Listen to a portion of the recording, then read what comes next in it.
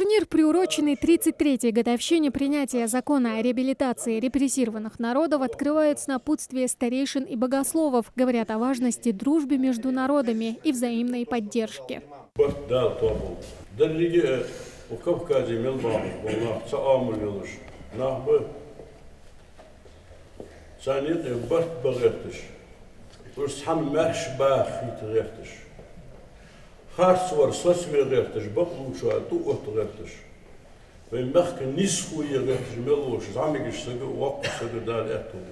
Полная тишина, лишь стук фигурами и удары по шахматным часам. Участники турнира играют сосредоточенно. Наперед обдумывают каждый ход. Чтобы победить в шахматах, нужно предвидеть множество исходов для успешной стратегии. Таймас Темирбеков из Дагестана – двукратный чемпион Европы и России, серебряный призер первенства мира.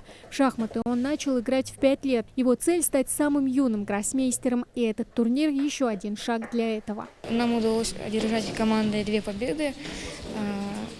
Я одержала также 2 победы на своей доске. Надо уметь играть во всех позициях.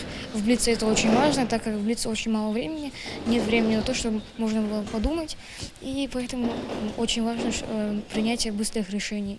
То есть либо игра рукой, либо принятие быстрых решений. Цель у всех одна – обыграть соперников. Правила просты. Играют 14 туров, контроль времени 3 минуты и дополнительные 2 секунды на каждый ход. Наверное, это уже 3-й турнир, как минимум, в этом помещении, а именно командный 2-й. Но наша сборная практически ежегодно играет в разных составах.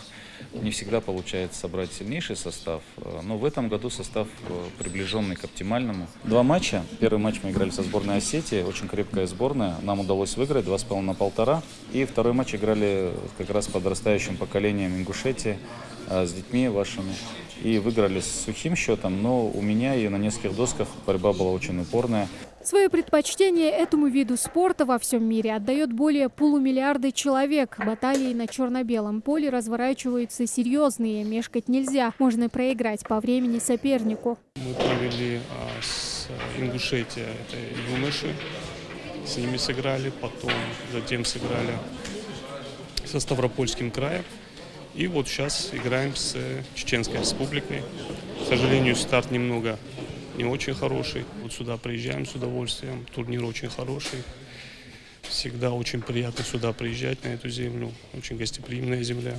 Спортсмены играют по круговой системе 14 туров в блице. Турнир, приуроченный к годовщине принятия закона о реабилитации репрессированных народов, традиционно собирает участников из регионов СКФО. Сама идея проводить именно в эту дату шахматный турнир, приглашая сборные команды Северного Кавказа, Южного федерального округа, принадлежит Алихану Харсиеву. Он подал идею, он же и главный спонсор.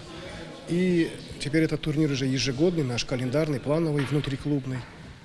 Он уже 5-й проходит.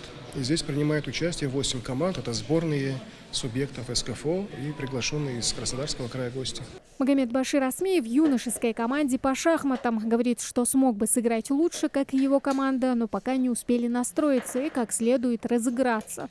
Мы провели 3 игры против команды Дагестана, команды КБР, и сейчас должны играть с нашей взрослой командой Ингушетии. Соперники – одни из лучших игроков СКФО среди взрослых.